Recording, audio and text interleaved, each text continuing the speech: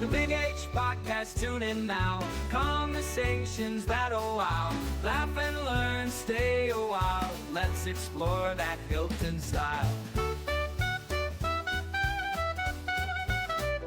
From the highs to the lows, every story just explodes. Mike's got questions on the go, diving deep from head to toe. Every week the guests align, sharing moments so divine. Stay with us, the pace is fine. Every episode you'll find. The Big H Podcast, tune in now. Conversations that'll wow. Laugh and learn, stay a while. Let's explore that Hilton style.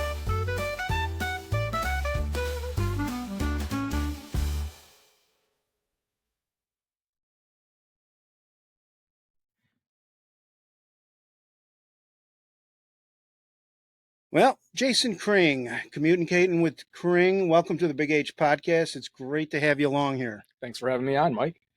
We were chit-chatting a little bit before we started recording, and I first thought that I ran into you through remote education, but we actually ran into each other with Fun Night. Talk a little bit about those nights of Fun Night, because they were busy, but fun. Yeah, right. Boy, I started working in Hilton in 97, and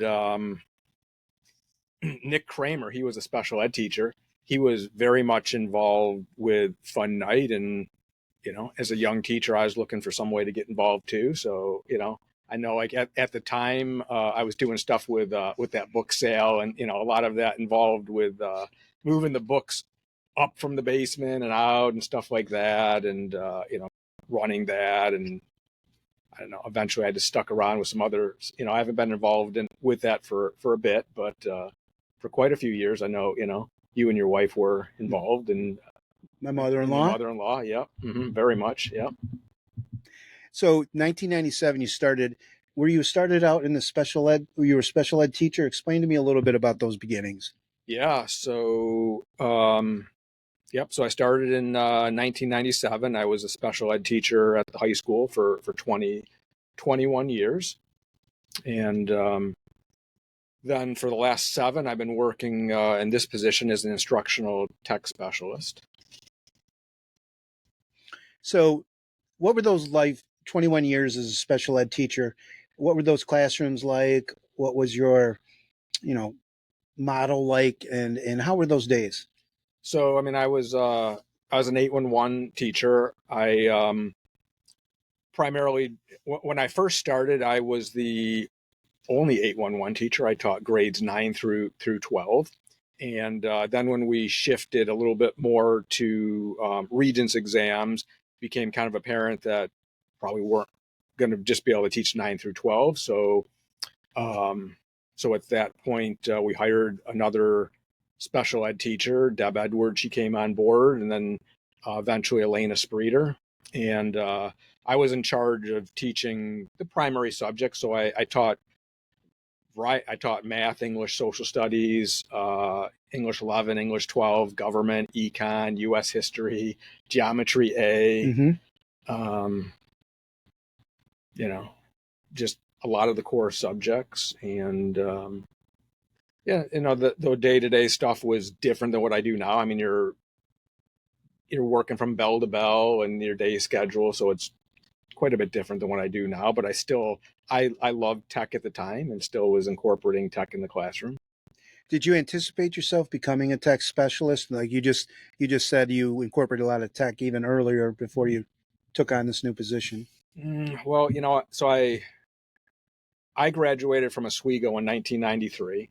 So I think I started there in the fall of 89, and this job didn't even exist then. So I'm dual certified in social studies 712 and special ed K-12. So my initial cert was social studies, and so this job didn't even exist. When I graduated from college, the market was pretty flooded with social studies teachers. So for that, first year, maybe year and a half, I was just a per diem sub. Mhm. And then I got a job at Webster as a teaching assistant. I ran their computer labs, and I only did that for probably about half a year, uh, because I was finishing up my master's in special ed, and I had to do an internship in special ed, and they wouldn't let me do it. I had to quit that job and go do my internship for about 8 weeks, and then after that, then I got a job as a special ed teacher. I enjoyed that job a lot, and I could foresee it perhaps becoming like a teacher job. At the time, nobody had teachers doing it. It was Mhm. teaching assistants. Mhm. And I said, I'd stay on if the teacher like, oh no, that's not, gonna happen. But that kind of got me started with some things that I was running the computer labs, and I was trying to show teachers other ways that they could incorporate tech into their lessons, versus just go down and play a game just to play a game. I wanted it to be purposeful. It's a great point. Make it purposeful. So you said you taught the core subjects 9 through 12 with a specialty in social studies. Was it difficult learning those other, math, this, and Yeah. English? Yeah. And I really never considered myself a math guy, Mhm. so that was something that I guess it scared me. And I did have to learn that stuff. I guess kind of in the end, I mean, I did enjoy teaching math. I still, probably my favorite stuff to teach still is government, economics. I still love teaching that, but the math was fun. It definitely, it took a lot of time of me looking at the book, talking to other teachers, learning some stuff. And then it seemed like the math curriculum had always kind of changed a little Mhm. bit over the years too. So, after I got my foot doing something, I got to have to kind of change a little bit. Whereas, some of the other stuff just kind of came natural to me. So where did you do your internship? In special ed. Yeah. So that was in the Oswego City School Okay. District. So yeah, like I said, I was working at Webster as a teaching assistant. I'd already done student teaching for my social studies, but the master's program I was in required me to do an internship as well, which was basically like student teaching. Mhm. But so I did it there in a sixth grade class. I think it was Kingsford Park, although I can't remember exactly, but I do remember it was the Oswego City School District. And I finished my internship on a Friday, and then I literally started a full-time probationary job on that month. It was midway through the year. I think it was like April, and I just figured I was going to be substituting. Right. But somebody retired, because you can technically retire right on your birthday, Mhm. and somebody retired midway through the year, and this was down like in the Oneonta area, and I just saw an advertisement in the paper and interviewed and got the job. I had no idea like where this was, but I knew I wanted to get a job. I also knew that really like this area, like around the Rochester area, is really where I wanted to, really where I wanted to be Mhm. teaching.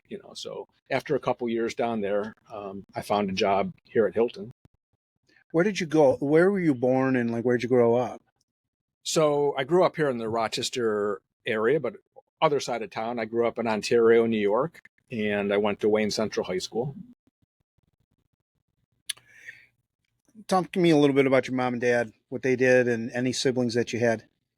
So my dad, he worked at Webster High School from 1969 till I think it was 2001. He was a technology teacher. So different kind of tech though. So I mean, when he graduated, it was called industrial arts. Okay. And so he taught a whole bunch of different stuff, which honestly, like most of that stuff, my brother, I guess, kind of got those genes. Like he taught auto mechanics. He taught principles of engineering. He taught photography. So some of that stuff I kind of, learned some of that. He ran the AV/TV production. Okay. And had a new studio there for the students. And then my mom, she was a teaching assistant, and she was a teaching assistant at the Helper and Education Center, special ed teaching assistant for a while, and then she eventually moved to Webster. So she's kind of how I ended up getting into being a special ed teacher. Well, I guess my dad also, encouraged me too with being a teacher as well. That we were by no means rich, but we had what we needed, and my dad was off, and both my parents during vacations and stuff like that to be able to go camping and things like that. But my mom, she's the one that kind of got me into special ed. She was working at the Helper and Education Center, and one summer they needed a teaching assistant. And I thought, well, it's related. At the time I had no plans to be a special ed teacher. Just thought I'm going to be a social studies teacher. But I thought, well, I might as well do this for the summer, and found out that I was pretty good at it, and I liked it. So I decided to get my master's in that and get certified. And I still figured maybe that might be an avenue to be a social studies teacher. But really, as I was going through, I just really enjoyed working in special ed, and found that I was pretty good at it, and I enjoyed that work. It was at times it was difficult and very challenging, but I had when I was here at Hilton, best team of people working with me, from my teaching assistants, social worker Keith Smith that I worked with, fantastic team, all the way up, principals, all the way up to the superintendents. Just great team of people supporting me. Well, I teach elementary education, and I think special ed teachers are a very pure breed. Like, it's tough, to deal, to work with kids that learn a different way. So it takes a while. When did you work with the helper thing in the summertime? Was that your teens, or was that when you were in college? Oh yeah, that was when I was in college. Probably started, like I said, probably around 1988, something like that. I think it was during my junior year, and then I continued to work there probably until, oh no, sorry, not 1988. Sorry, that would have been my junior year of high school. So no, probably like, I guess, my junior year of college. So probably like around 1991, 92, somewhere's in there. And then I continued working there through about 1993 until I graduated from college. And then even a little bit maybe after that, as I was still, like I said, I was substituting for a couple years until I found a full-time job.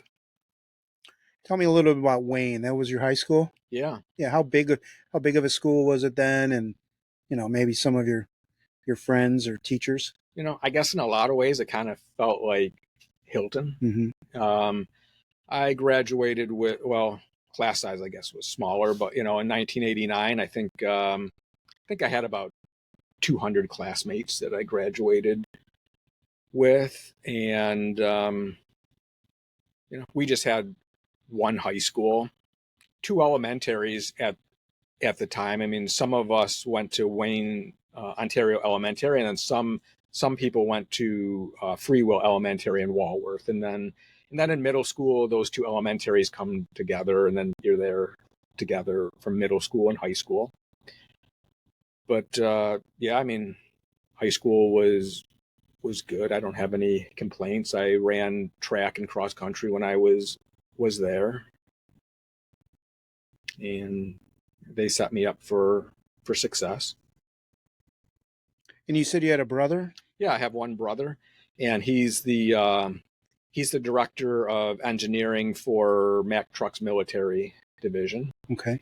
And he lives down in Pennsylvania.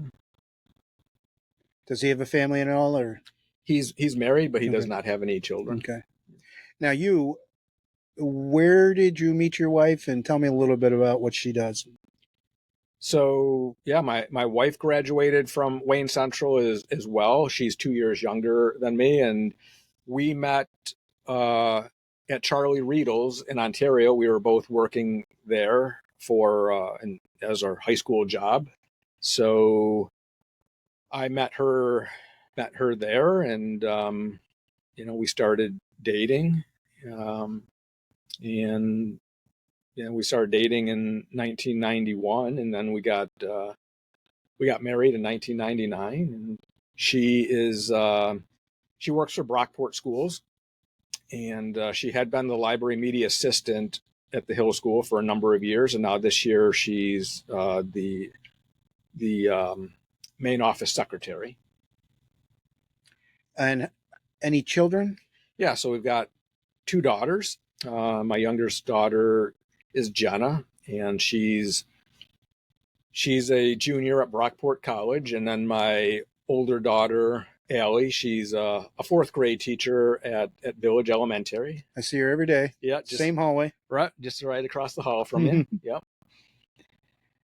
Is Jenna, is she pursuing education as well? It seems like you got so much education in your family. We sure do, but no, she has said that she doesn't want anything to do with that. So she was in a sports management program, and now she's switched to kinesiology, the study of the movement of the human body, and she's not sure exactly where that's going to go, exactly what she's going to do with that. She's hoping through her internship and stuff that she figures out what she wants to do, but that's where she's at. Well, of course, Allie is in the district, the same one that you work in. Yeah. Do you get together much for family get-togethers or things like that? Allie still lives at home. Okay. Yeah. So I get to see her every night. Do you listen to her about her school days and stuff like that? Well, she's known since she's probably 5 years old she wanted to be a teacher. Okay. And that she wanted to go to Brockport College. Mm-hmm. So, a lot of people kind of change them, but she's never really wavered. Never wavered? She's never wavered. And, she started the teacher emergent program here at Quest, and that was very helpful to her. So, throughout the time when she was, subbing, we would talk about, things that were going on, and, I'd sometimes say, hey, try this or that. And, she would come into my classroom when she was young and help me set up. I figured she'd probably be a teacher. I had no idea that she was eventually going to be like one of my colleagues, mm-hmm.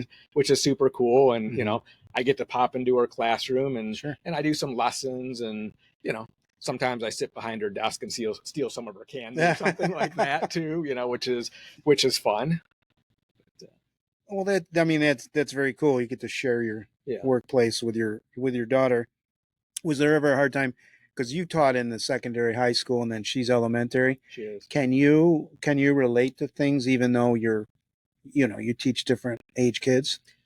Now because now that I'm an instructional tech specialist, I work K through 12. Right. And so, it was a shift for me at first for a few years of just figuring some of that stuff out. But yeah, I can relate a lot more. So now it's really been a few years now since I've been in the high school. So I think sometimes I forget some of the workings of that. Mm-hmm. So your title is Instructional Tech Specialist. Break down a little bit about your responsibilities and your day-to-day activities. My day-to-day is so different, mm-hmm. but it's some of it is going into classrooms and coaching teachers and working with them and teaching their students. Some of that is building professional learning activities. So it might be shooting videos and putting stuff together in a Google Classroom for teachers to take. Some of it might be building resources. Some of it might be sitting in meetings. Sometimes it's just, a phone call. So I'm like, hey, I'm trying to do something and the student's, device isn't working. mm-hmm. Can you come down and, mm-hmm. and help me with that? So it, every day it changes. And even if I look at my calendar and think, well, this is what it's going to be like, it could change on the dime.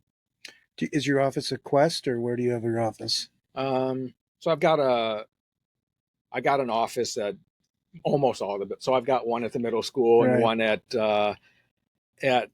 Northwood and one at Village, because right now I support teachers grades 5 through 8 is kind of my primarily focus. That sometimes is changed, whether we did building support or whether we support grade levels. I also was looking up some information. You're a Google Cert educator and a Google Cert trainer. Yeah. Tell me the difference between the two and what you do. So that's just, so Google has some different certifications that they offer. There's this Google certified teachers, and anybody can go on and take their training, and they do have a test that you have to take. You sit in front of the computer and there's a camera that's on you, and you can't leave during that time, and you have to get a certain score to pass that certified teacher stuff. And then they have some stuff called certified trainers and coaches, and you have to have those certifications and you have to apply to them, and they either accept you into the program or not. But that just gives you access to different resources that Google has and other people that are also Google certified trainers. Because I remember taking a couple courses from you before remote, and one of them was like an introductory class to Google Classroom. Yeah. And to tell you the truth, I was deathly afraid of doing it because I hadn't had a lot of technology experience. And you were really good and really patient. And Thank you. yes, I really, I would have been lost because my wife was so concerned that she thought she was going to have to walk me through everything. And, I took something from you, I think Jackie Gilmore and stuff. So made it through. So do you consider yourself more of a troubleshooter or probably more of an instructor, right? Yeah, definitely more of an instructor. Mm-hmm. Yep. So 21 years as a special ed and 7 years. So you got 28 years in is that correct? Or? Well, over 30, because I've got, this is 28 years here at Hilton. But like I said, I taught 2 years for BOCES down in Oneonta before coming here. Okay. So I think at this point, I got like about 30, a little over 30 years into this. Yeah. Good for you. Any signs of slowing down, or you're just full steam ahead? No, I think I'm gonna keep going for a little bit more. Mm-hmm. Yeah. It's honestly, I think I got one of the best jobs in the district. Mm-hmm. I love what I do, and I love helping teachers and students just become the best versions of themselves and see how like technology is something that can enhance what they do. What's like a teacher that, let's say, they don't have a lot of technology experience, what's some basic things that they can do in their classroom to bring out that tech piece? Yeah, that's so I think sometimes I like to encourage maybe people to start thinking about some easy things that maybe they can start shifting a few things from paper and into the digital realm, and I kind of like to use the term paper worthy, although I did not invent that term. My boss, Christy Schaefer, she's the one I think that I first started hearing it from. I think it's a great term, but a lot of people talk about like paperless classroom, and I think paper worthy is kind of a better way of thinking about like what are some things that we're going to put just on paper, and shifting some things to digital that for a couple of reasons. I guess it saves some paper and stuff like that. But, as far as pedagogy goes, it's a way that when you start shifting digital, you can now give quicker corrective feedback to students, and you can grade things quicker, right? And we know that that's one of the ways that it improves teaching and learning outcomes. So for a teacher just to kind of start thinking about what's one little thing that I just might be able to shift to digital, and then just kind of, because it's a progression. I think when I left the special ed classroom, I was completely paperless at that point. One of the most difficult things was math for me to figure out how to do that. And there's more tools that are available right now than when I was in the classroom. But it definitely was something that it was a slow progression, you know, really maybe over maybe a 10-year time. It started with just a simple website and taking all my stuff and putting it on a website. So when students, you know, when they would come in and say, "Hey, Mr. Cring, I was absent, you know, what did we miss?"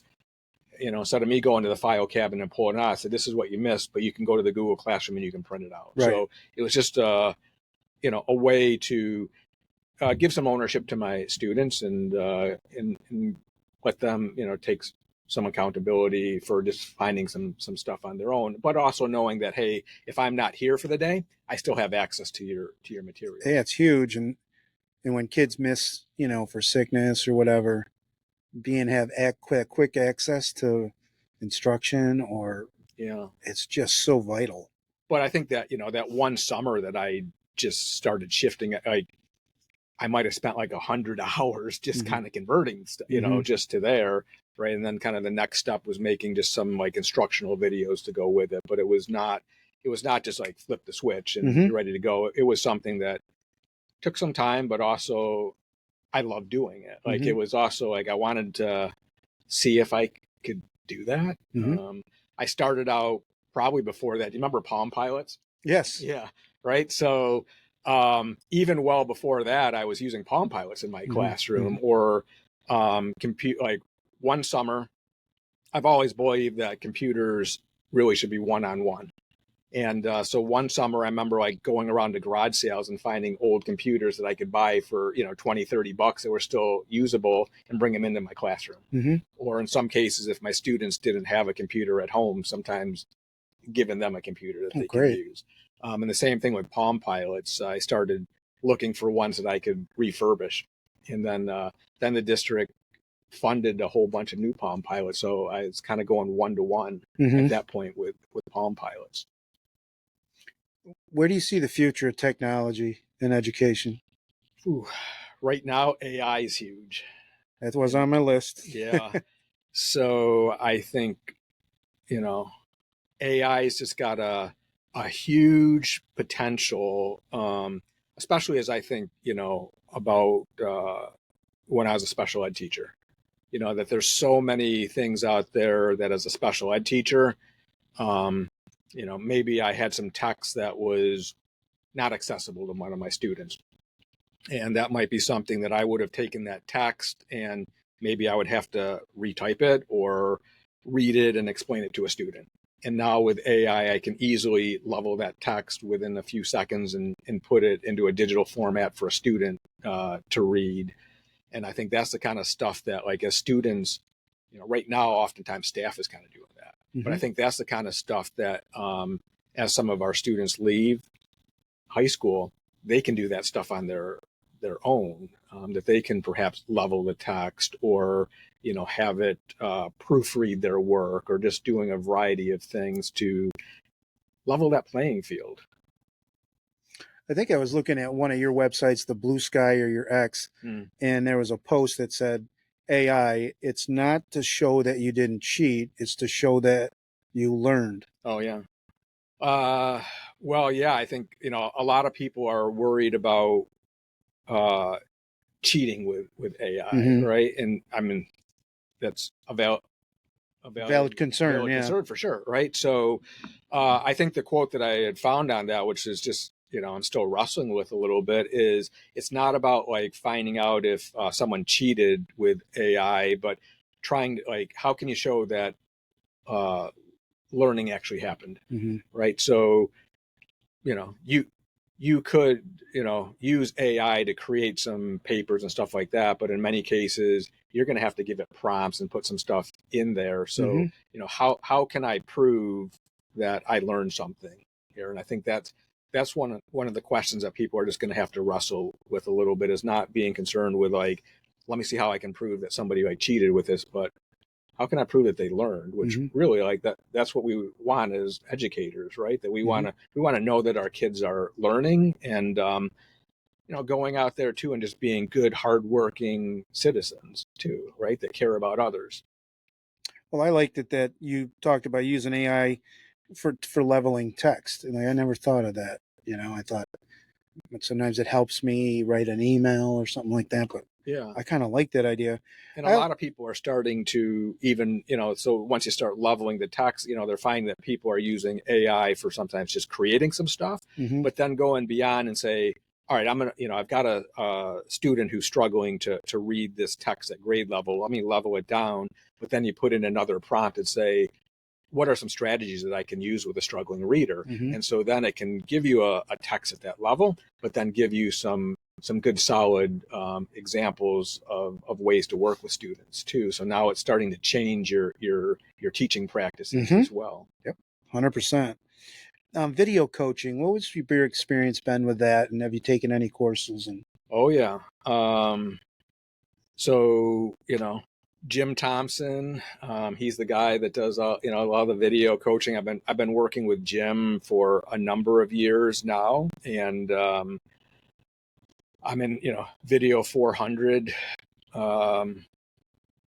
Just recently, Jim was invited to New Orleans to one of the utmost conferences on instructional coaching, the Jim Knight conference, and I went down with Jim, and he was helping to tell the Hilton story about how we're involved with video coaching here. Mhm.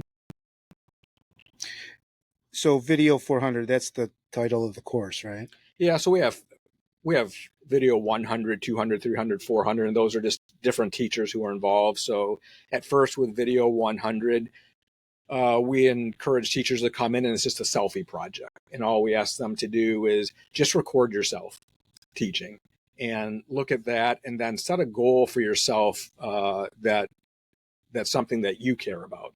And then they're going to work with a teacher who's been involved with video coaching already, a video 300 or 400 coach, and they'll sit down and they'll help refine their goal, maybe help give them some resources from there. But it's really about that teacher setting a goal for themselves Okay. that they're going to find worthy. Tell me a little bit about this Ditch Summit that you did. The Ditch Summit, yeah. So that is that's something that it's an online summit that's every year. It's a free online conference. Anybody can take part on it. It's usually beginning of December, and each year there's just different presenters on there. It's really just kind of about online learning. Did you get a lot out of it? It's been I don't remember how many years it's been going on Mm-hmm. for. I mean, it's several years. Mm-hmm. I'm not a presenter Okay. at it. I've just been a participant. Right. And each year there's all kinds of high level keynote presenters and things like that. So yeah, it's definitely something that it's not just about like ditching the textbook and going completely like paperless. That is the name of the website that Matt Miller has, Ditch That Textbook, and he's got a lot of great content out there. Okay. And he puts on this this online, free online conference every single year. How about this Lunch and Learn of Merton Williams? What was that about? Oh, Lunch and Learn. Yeah. So you've really dug into some of the stuff I've had. So I guess,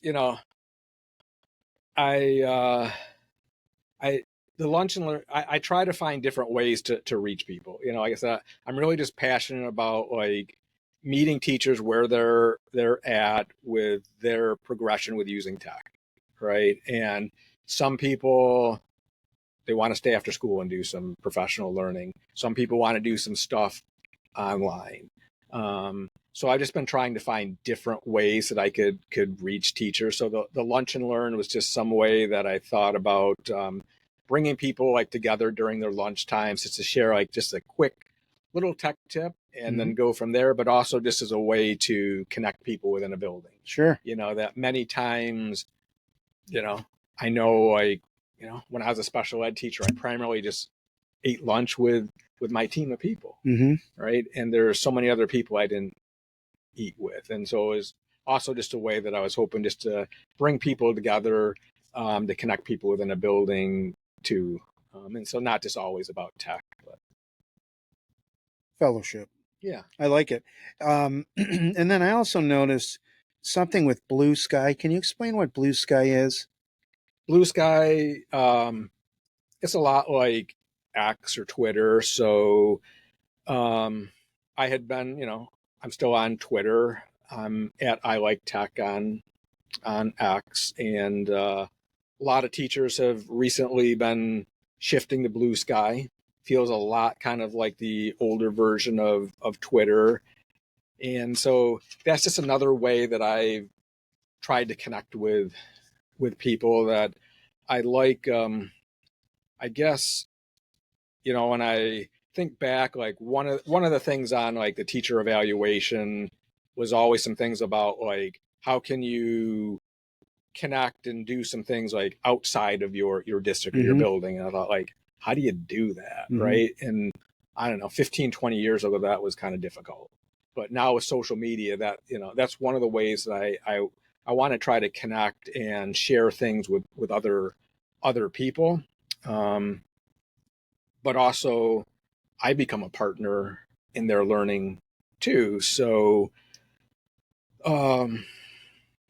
years ago, there was Alice Keeler. She's a big blogger in the tech sphere too. She came up with this idea of Coffee EDU. And it's this idea of educators coming together largely in a coffee house, but it could be anywhere, and really just connecting for an hour's time about kind of an unscripted education idea. And thought, hey, this is kind of a cool idea. Mike Shapanik, he's a science teacher at the high school too. He's kind of got a like-minded kind of stuff too. And he had been talking about that, and we're like, yeah, wouldn't it be cool if we got this going? So we reached out to a few other people on Twitter that he was following, and we started this Coffee EDU group.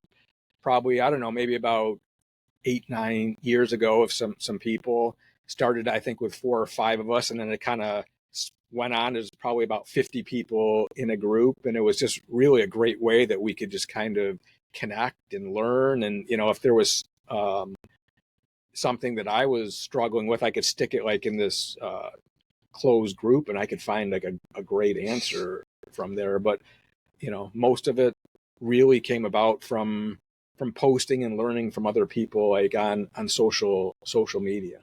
That's great. And then speaking of social media, how do you think that effect that's had on our society and even on education? And I guess it depends how you use it. I use it. Yep. Right. So for me, I found a great group of people that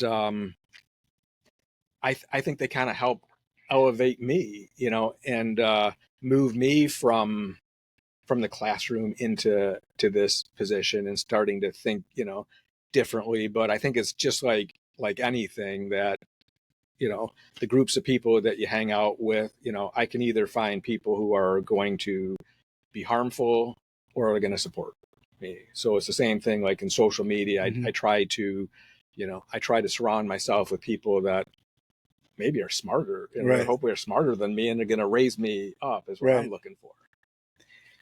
Explain to us a little bit about what Canva is. Canva is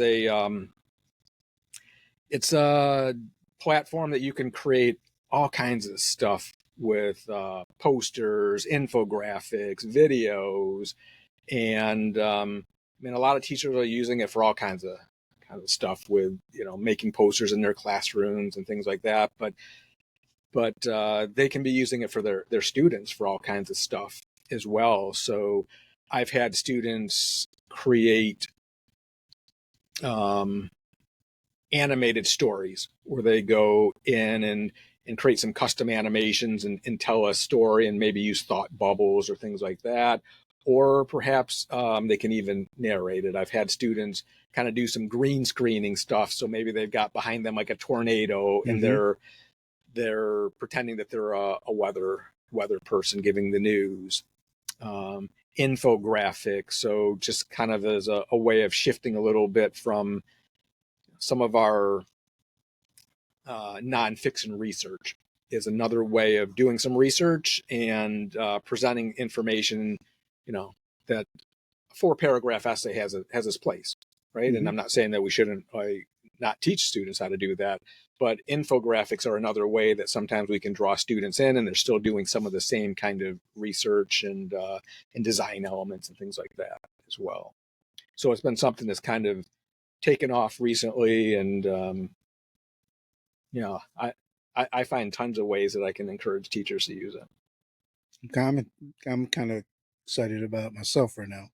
To explain to our listeners, our viewers, what Go Guardian is and what's the purpose of it. You're talking about like the Teacher Go Guardian? Yeah. So that's something that we introduced recently, and it's it's a way that teachers can.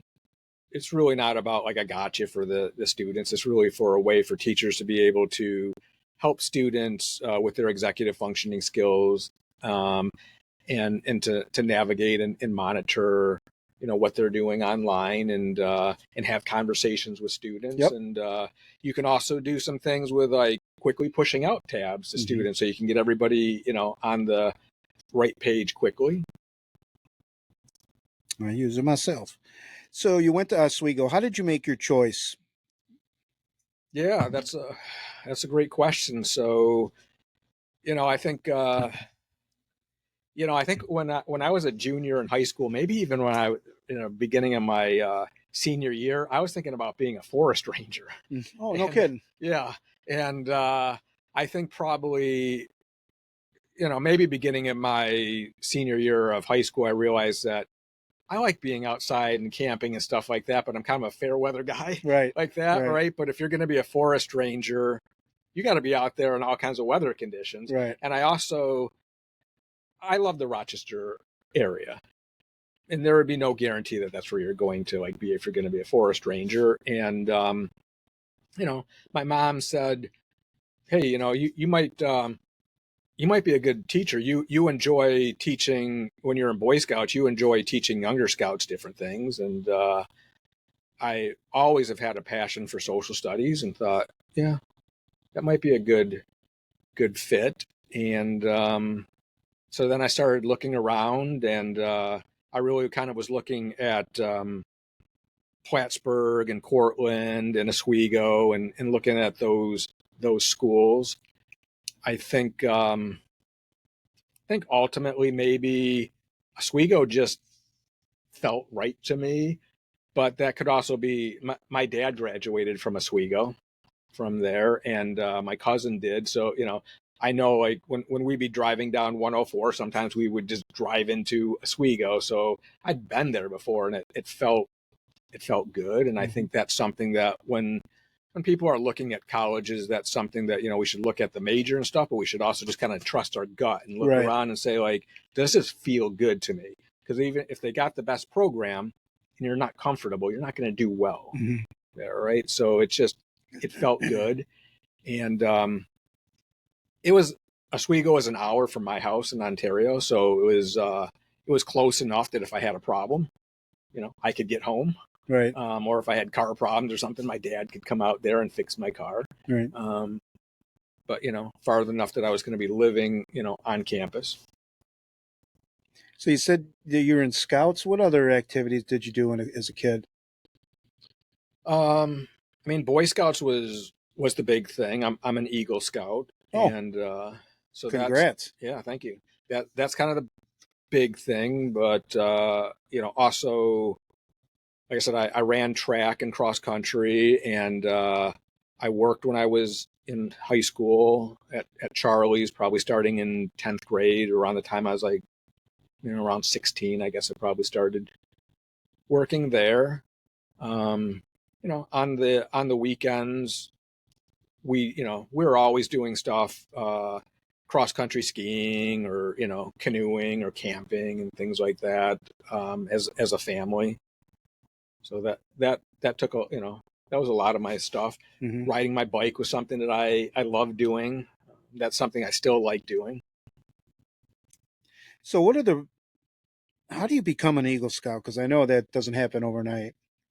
Yeah, it doesn't, and it's not something I always loved boys. I don't know what I remember, like, my dad's not an Eagle Scout, but he was in Boy Scouts. He grew up in a very, very small town. He went to Romulus. I think he might have had like 15 kids in his graduating class. Okay. So I think maybe his Boy Scout troop maybe shut down or something. I don't know exactly.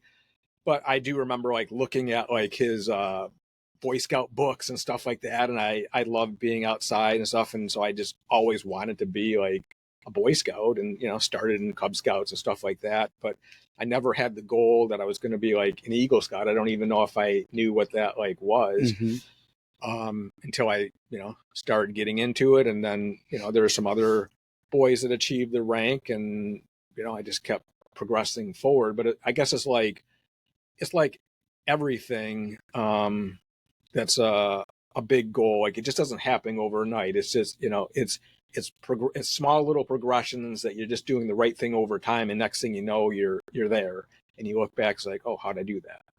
Right. And, How old were you when you became an official Eagle Scout? High school, probably? Yeah, I was in high school. I think I was probably like 17. Okay. Yeah. Now you said you worked at Charlie's. What is Charlie's? Is that a restaurant? Is that a store? What is it? Yeah, it's a restaurant. It's a burger place. So kind of like Bill Gray's or Tom Wall's. So they've got a couple of locations. Their most notable one, I think, is the original one on Empire Boulevard. And Okay. so they're primarily out on the other side, Webster in Ontario, and there's a location in Canandaigua. Okay. But the Charlie burgers, their big claim to fame, and their fish fry. Okay. Now, did you bust tables, wait, cook? What'd you do? It's the kind of thing that, people come up to the counter and they order, and then you call it in and get. So that was primarily my job. Just take people's order and you call it back in. It's the kind of job that like you didn't write anything down, so you had to memorize every single like order that people had. But there was like this pattern, and so like when you called stuff in, you called in like a hamburger before a cheeseburger, and that happened before a Charlie burger. And I was always like, well, I wonder why you do that, And then when they put me back on the fryers at some point, which I didn't work too often, then I realized like, oh, here's why you do that, because they have stuff laid out in this order. So as you call it in, they know how to put it in. Gotcha. That's what also, I guess, made me realize that how important it is to sometimes do other people's jobs, in that, we often say like, wonder why someone does it that way. Right. And then once you take their shoes and you do it, then you realize that, oh, there probably is a reason for that. And I think that's the case even in schools. I mean, there's so many things, other people's jobs that I haven't been a part of, that I think sometimes like if we can, switch jobs and things like that, we take on a whole new understanding for people's jobs and why they do things in a certain way. What do you see as a strength of yours and maybe something that you're working on? I think one of the strengths is I'm just a pretty like calm person. I get that. That it takes a lot to like rattle me. And I think that's one of the things that made me, in the job I was as a special ed teacher, I think, that's something that helped me. Right. And I think sometimes like our strengths can either be a weakness or they can be a strength, so in some situations, like this could be a weakness. So in the situation as a special ed teacher was something that like it helped me. And I think that's something that I always try to encourage my students to look at too, is just some of those other soft skills and looking at some things about like, who are you like as a person, and how can you take some of those things and turn that into making you like into like a superhero. Right. And it's not just always about like that, those math, English, science, stuff like that. But what are some of those things that make you unique as a person? I like that. I like that philosophy. You're a father. What advice would you give to a young dad? It's all going to work out. Right. Right. So, yeah, I didn't know what I was doing, None of us did. Yeah, I know. I mean, I remember like, you're in the hospital and whatever, they keep you there, a couple of days or something like that, and then send you home, and like, can we stay another day or so? Right, Like, right. no, you got to go home. Right. So, I remember, my mom saying, hey, I'll be happy to come down. I got this, Mom. Mm-hmm. Well, within a day of being home on the phone, I'm like, Mom, can you come down? Right. And like I said, we lived in Ontario, but when my parents retired, they moved up to the Adirondacks. So they live outside of Malone now. And so sometimes in the winter, it can be pretty brutal getting down 81. And my oldest daughter was born before Christmas in December. And luckily that winter was a very, very easy winter. So my mom's like, yep, I'll be right down. And, she came down and, helped us because, it's definitely overwhelming at first, but, everything works out. I think that calm attitude that you have also helps out. And I know, my mom used to always say that too, everything's going to work out in the end. And, pretty much usually everything kind of does. Right. So I kind of try to live by that mentality, that like, yeah, everything usually, ends up working out in the end. What future do you want for your children and grandchildren? I just want them to be happy and healthy and lead their best life. That's what I want. Simple as that. Yeah. What are some words you could use to describe the Hilton Central School District? You've been here a long time. Yeah, I think we are a caring place, innovative. It's just we're a good community that I think kids can get a good education from. And I know when I think back, boy, I could have I could have worked other places. When I remember when like I said, I always really wanted to live and teach here in the Rochester area. And so when I started searching for some jobs up here, I think Hilton had interviewed me for a job that was starting in September, and they hired me like April or May of that previous year.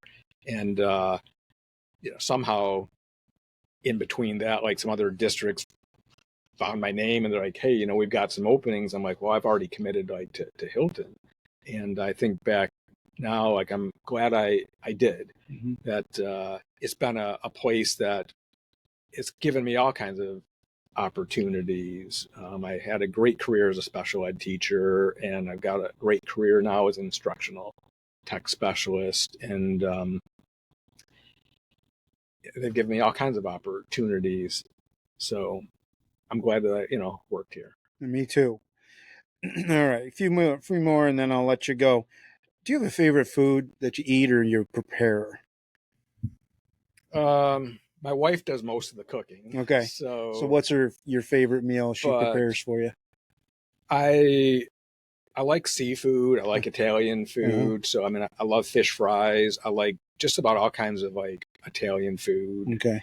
I like to barbecue in the summertime. Sure. Too, and we like to do that as much as possible in the summertime. Just go out on the deck and barbecue.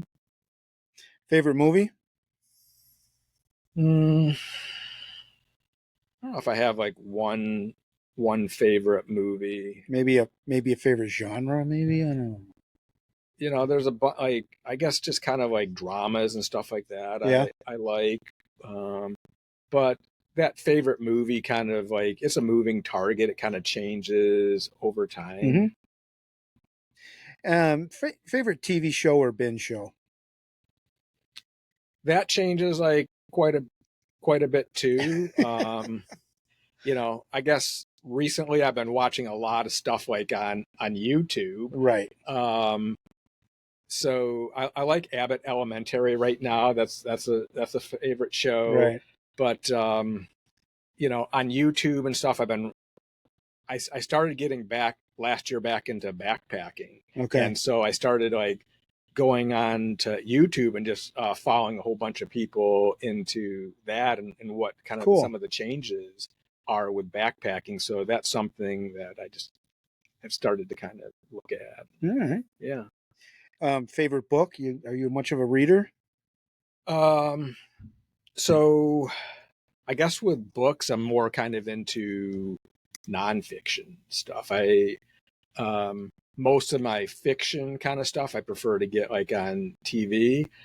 Most of my books I prefer to do on audio. Okay. But I do read or listen to a lot of different stuff. Most of it kind of tends to be like tech related or education related. And right now, the science of reading is something that's kind of big in here. So ironically, like in my education, you would think as a special ed teacher, I'd be like well versed in how you teach like kids how to read and stuff. But as a secondary teacher, most of that really wasn't in there. So I'm just kind of naturally curious now that that's in there. Like, how do you effectively teach like students? So I've been reading like some of those books and learning about that a little bit. Kristen Polini is going to love hearing that statement. Favorite leisure activity? I like doing stuff outside. So I like riding my bike, mountain bike. I like hiking. I just like being outside. What's on your bucket list if you have one or two items? For what, professionally? Well, no, I would think non-professionally you're retired. What do you want to do in retirement that you just don't have time for right now? Yeah, that's I don't know. That's maybe why, like I could actually retire next year. I'd be eligible to retire next year, but I just don't think right now that I'm going to. And I think some of that is I just don't know what exactly I would do like with my time. My wife still has a few more years till she retires. So I don't know. I don't want to just like sit around and watch TV. 100%. So I'm kind of trying to figure that out a little bit. Okay. And my last question, and then we'll wrap it up. If someone from history you could eat dinner with, who would it be and why? Boy, I don't know. There's a bunch. I guess it wouldn't be like one person. It would be interesting to have a whole bunch of like people. Name two or three. I don't care. So I'm a big Apple person. So Steve Jobs and understanding some of like that of the evolution of some of like Apple computers and things like that would be like interesting. There's definitely some historical figures like Abe Lincoln and stuff like that. It would be like interesting. Good. Well, it's been great getting to know you, and I'm glad you wanted to stay in the Rochester area because I think the Hilton Central School District is good for having you, and I don't think we want to see you retire anytime soon. For being on the Big H podcast, here's a parting gift. It is a sticker. Now, don't put that on any laptop because I know tech frowns upon that. But Jason, thank you for joining me on the Big H podcast on Communicating with Cring. Thank you to the audience. Where can we find you on social media, by the way? I just want to plug that one more time. So on X, it's at I Like Tech, and on Blue Sky, it's at Jason Cring. Okay. Well, you can follow me on YouTube and Rumble at the Big H Podcast and on Spotify, and on X at Michael Heiss, all caps with the number 17 at Michael Heiss 17.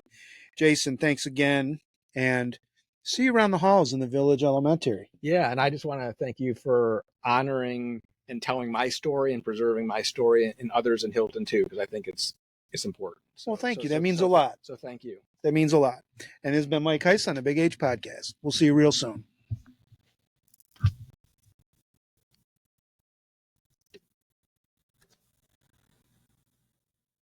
The Big H Podcast, tune in now. Conversations that'll wow. Laugh and learn, stay a while. Let's explore that Hilton style. From the highs to the lows, every story just explodes. Mike's got questions on the go, diving deep from head to toe. Every week the guests align, sharing moments so divine. Stay with us, the pace is fine. Every episode you'll find. The Big H Podcast, tune in now. Conversations that'll wow. Laugh and learn, stay a while. Let's explore that Hilton style.